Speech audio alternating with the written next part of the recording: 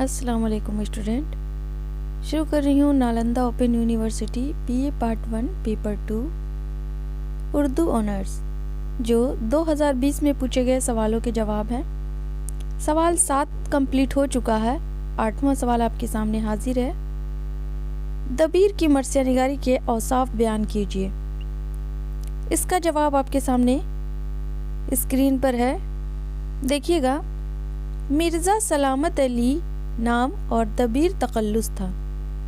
9 अगस्त 1803 ईस्वी में दिल्ली में पैदा हुए। वालिद का नाम मिर्ज़ा ग़ुलाम हुसैन था। कम उम्री में वालिद के साथ लखनऊ आए और यहीं तालीम और तरबियत हासिल की। अरबी और फ़ारसी में कमाल हासिल कर लिया। शायरी का शौक़ बचपन से था। दर्स व तदरीसी और बहस व मबासे से खासा दिलचस्पी रखते थे। दबीर जो है वो मरसिया निगार हैं, जैसे मीर बब्बर अली अनीसा, उन्हीं की तरह मिर्ज़ा सलामत अली दबीर भी हैं। इनके बारे में सवाल पूछा गया है आप बच्चों से। ये एक आप लोगों को नमूने के तौर पर पेश किया गया है क्वेश्चन। कोई भी क्वेश्चन आ सकता है दबीर की मरसिया निगारी के बारे में, या दबीर की सरापा को बयान कीजिए, उनकी सवाने हयात के बारे में लिखिए। तो आप अपने से मुताला करके अच्छी तरीके से लिख सकते हैं। और आगे देखिए, इब्तिदा में ज़मीर के शागिर्द हुए, यानी ज़मीर जो थे एक शायर थे, उनसे उन्होंने शागिर्दी अख्तियार की। अलबत्ता मश्क और लगन से उस्ताद से भी आगे निकल गए, यानी काफ़ी ज़हीन थे, वो काफ़ी ज़्यादा ब्रिलियंट थे, जिसकी वजह से अपने उस्ताद से भी आगे अच्छा लिखने लगे और आगे काबिलदा हो गए और मरसिया गोई में कमाल हासिल कर लिया। वो साहबे इल्म व फ़ज़ल भी थे, यानी वो मरसिया के अलावा काफ़ी अच्छी इल्म रखते थे और अच्छी शायरी कर करके पूरी दुनिया में छाए हुए थे। उनकी मरसिया निगारी दुनिया के गोशे गोशे में छाई हुई थी। आगे देखिए, मिर्ज़ा दबीर जो हैं बड़े खाने आदमी थे। लखनऊ से कभी बाहर भी जाते थे, यानी वो मुशायरा वगैरह होता होगा। वैसे मरसिया जो है वो किसी की वफ़ात पर लिखी जाती है। वफ़ात पर, मौत पे, मैयत पे कहने वाला जो शेर होता है उसे मरसिया कहा जाता है। और मीर बब्बर अली अनीस, मिर्ज़ा सलामत अली दबीर और ख़ुसूसन गालिब ने भी मरसिया गोई की थी।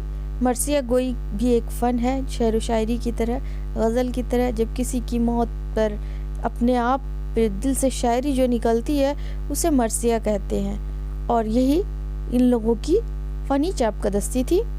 देखिए, मिर्ज़ा दबीर बड़े काने आदमी थे। लखनऊ से कभी बाहर नहीं गए। अलबत्ता आज़ादी की पहली लड़ाई 1857 ईस्वी के बाद मुर्शिदाबाद और पटना गए। पटना यानी बिहार में, मुर्शिदाबाद गए। फिर मजलिसों का इनकाद होता था और आँखों की बसारत की कमी का इलाज करने के लिए कलकत्ता गए थे, यानी आँखों की रोशनी, आँखों में प्रॉब्लम थी, तो उसके लिए उन्होंने कलकत्ता का भी सफ़र किया था। आगे देखिए, उनकी खूबियाँ यहाँ पर पूरी तरीके से आपको बयान करनी है। 3 से 4 पेज ग्रेजुएशन वाले बच्चे लिख सकते हैं। 80 नंबर का क्वेश्चन रहता है। वही कलकत्ता गए और वापस लखनऊ आ गए। मिर्ज़ा दबीर को बचपन से ही शायरी का शौक़ था। थोड़े ही अरसा में मरसिया गोई में कमाल हासिल कर लिया। 12 साल की उम्र में मरसिया कहना शुरू कर दिया। इब्तदा में मीर ज़मीर की शागिर्दी इख्तियार कर ली, लेकिन थोड़े ही अरसे में इस फ़न के उस्ताद हो गए और अपने उस्ताद से भी आगे निकल गए। यहाँ पर दोहरा दिया गया, दबीर ने 11 बरस की उम्र में अपने वालिद के साथ मीर मुज़फ़्फ़र हुसैन ज़मीर की खिदमत में हाजिर होकर उनकी शागिर्दगी इख्तियार की और मिर्ज़ा सलामत अली का तखल्लुस दबीर तजवीज़ फरमाया। यानी ज़मीर ही ने मिर्ज़ा सलामत अली का तखल्लुस दबीर तजवीज़ किया था, यानी मिर्ज़ा सलामत उनका पूरा नाम था और दबीर जो है वो शायरी में तखल्लुस के तौर पर रखते थे। मिर्ज़ा दबीर नहायत ज़ूद गो थे। उनका तख़य्युल बुलंद था। उनके मरसियों का मुताला करने से उनके इल्म फ़न का सबूत मिलता है। तो किसी भी शायर हो या कोई भी अदीब हो, उनका अगर मुताला किया जाए तो उनकी खूबियाँ बयान ہو جاتی ہے، ان کی کوالٹی ظاہر ہوتی ہے کہ وہ کس طرح کے فنکار تھے، ان کے اندر کتنی قابلیت تھی، کتنی ان کے اندر ذہانت کی پختگی ملتی ہے۔ تو دبیر کی بھی مرثیہ گوئی سے ان کی ذہانت کی بھی علم ہوتی ہے۔ انہیں ملتا 19 کے بعد اردو مرثیہ گوئی میں دوسرا مقام دبیر کو حاصل ہے۔ انیس کے بعد یہاں پر ہم نے 19 بولا، میر ببر علی انیس جو ہیں انہی کے بارے میں بتایا گیا ہے، اس لیے ان دونوں کا باہمی مقابلہ اور موازنہ کیا جاتا ہے۔ یہ محمل بات بھی اکثر کہی جاتی ہے کہ انیس کے کلام کی چشمک نے انشاء اور مصحفی کے معرکوں کا رنگ کبھی اختیار نہیں کیا۔ وہ ایک کتاب بھی ہے موازنہ انیس و دبیر جو کر کے کتاب ہے نا، نہیں کیا، بلکہ ان کے اختلافات میں ایک ادبی شان ظاہر ہوتی ہے۔ شبلی نے ایک کتاب موازنہ انیس و دبیر لکھ کر یہ ثابت کرنے کی کوشش کی ہے، میں نے ابھی بات کیا تھا نا، کرنے کی کوشش کی ہے انیس دبیر سے بڑے مرثیہ نگار ہیں، اس کے خلاف بہت کچھ لکھا گیا، لیکن اصلیت یہ ہے کہ دبیر کی چند خامیاں انہیں انیس کے رتبے تک نہیں پہنچ دیتی۔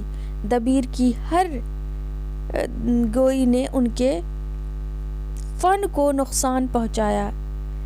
انیس کا قلم بھی بہت زرخیز تھا، انہوں نے بھی بہت بڑی تعداد میں مرثیے کہے، لیکن ان کے کلام میں ہموار باقی رہتی ہے اور زیادہ گوئی ان کا عیب نہیں کہی جا سکتی، جبکہ دبیر کے مرثیہ اکثر جگہ پھیکے پڑ جاتے ہیں۔ مثنویہ، قصائد، رباعیاں، سلام قطعتان وغیرہ بھی کافی تعداد میں تصنیف کی ہے، یعنی سلام، قطع، یہ سب بھی انہوں نے لکھا ہے۔ سلام جو پڑھا جاتا ہے نبی کے اس پر۔